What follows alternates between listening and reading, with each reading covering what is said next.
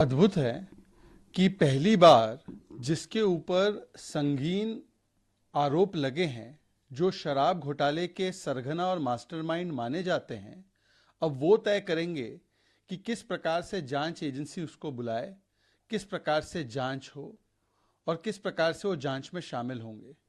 परंतु आज का लबोलुबाब यही है कि आठवीं बार जब समन गया है, तब आठवीं बार आज केजरीवाल जी ने समन के सामने पेश होने से इनकार कर दिया है।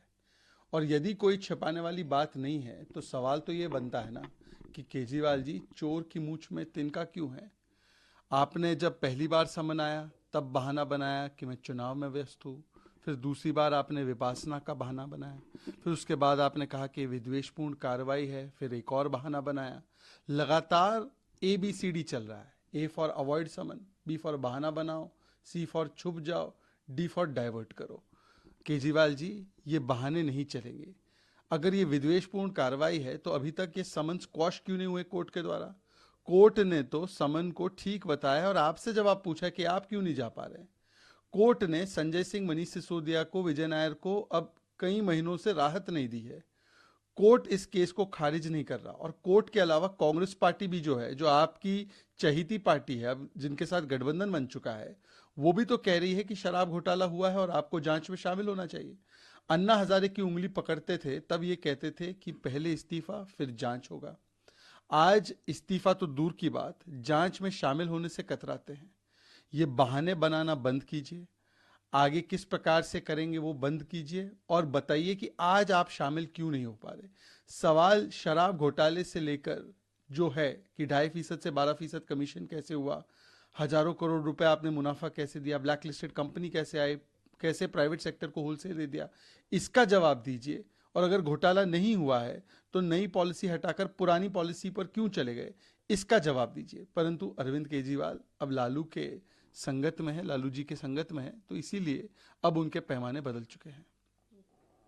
केजरीवाल को एक समन था जो वो आज पेश होना था, लेकिन उन्होंने बोला कि मैं नहीं जा पाऊंगा।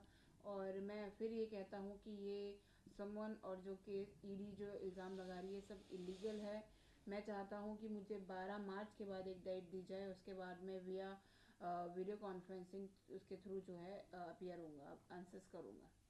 It is extremely absurd that a person who is facing serious allegations of being the mastermind of the Sharab Ghotala is now going to determine how he will appear, when he will appear, and things which are unheard in law. The fact of the matter is today that the eighth summon has also been skipped by Mr. Kejriwal. The fact of the matter is that if there was nothing to hide, चोर की मूछ में तिनका नहीं होता, तो Mr. Kejriwal would have appeared before the agency. The fact of the matter is that when Mr. Kejriwal was under the tutelage of Anna Hazare ji, he used to say pehle istifa then janch. Today forget istifa, no cooperation in janch because he's under the tutelage of Lalu Prasad Yadav ji. The fact of the matter is that ever since the summons have been sent, he has been making one after the other excuses. First, a Vipassana excuse, then an excuse that he's busy in elections, then an excuse that it is a vendetta politics. If this was vendetta politics, why hasn't the court quashed the summons? Why hasn't the court stayed the summons? Why hasn't the court given relief to Manish Sisodia, Sanjay Singh, Vijay Nair, or in the case, why it has not quashed the case? And if it is vendetta politics, the Congress party is saying that there has been corruption and Mr. Kejriwal must answer. So the full aspect is this, that Kejriwal is doing ABCD. A for avoid summon, B for bhag jao from summon, C for cover up of summon, and D for divert from summon. Instead of answering the questions on Sharab Ghotala as to how thousands of crores was siphoned off, how 2.5% commission became 12%, private sector was allowed and given the wholesale, how blacklisted companies were allowed to come in, why did you go back to the old policy if the new policy was not corrupt? Instead of answering these questions, Mr. Kejriwal only diverts. Modi fake जो हिंदू हैं, क्योंकि उन्होंने अपनी माता जी के देहांत पे जो है एक जो सेरेमनी होती है ट्रांसलेट की, जो बाल उतरवाने की, वो नहीं करी। देखिए, अद्भुत है कि जिन लोगों ने गौ माता का चारा चोरी कर दिया, जिन लोगों के पार्टी वाले राम मंदिर को गुलामी की निशानी बताते हैं, जिन लोगों ने रामचरितमानस को, चंद्रशेखर ने पोटेशियम साइनाइड कहा, जिन लोगों के गठबंधन में सनातन को समाप्त करने वाली बातें करते हैं, जिन लोगों के गठबंधन में प्रभु श्री राम को काल्पनिक कहते हैं, राम मंदिर का विरोध करते हैं, प्राण प्रतिष्ठा का विरोध करते हैं, हिंदू को हिंदू टेरर कहते हैं, हिंदुत्व को आईसिस कहते हैं, ऐसे लोग आजकल सर्टिफिकेट दे रहे हैं कि कौन हिंदू है कौन हिंदू नहीं है। तो ये बड़ा अद्भुत और बड़ी विचित्र स्थिति है।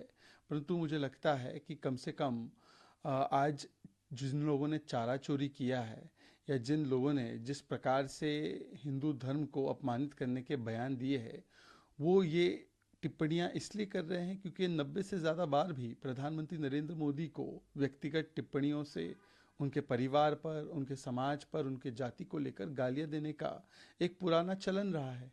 और ये परिवारवादियों को पता है कि एक चाय वाले का बेटा जब प्रधानमंत्री बनता है, देश को उन्नति की ओर ले जाता है और भ्रष्टाचार सहन नहीं करता, तो इन लोगों ने लगातार प्रधानमंत्री नरेंद्र मोदी को व्यक्तिगत टिप्पणियों से और गाली गलौज से अपमानित करने का प्रयास किया है। मुझे लगता है कि 2024 में जनता इसका ठीक से जवाब देगी।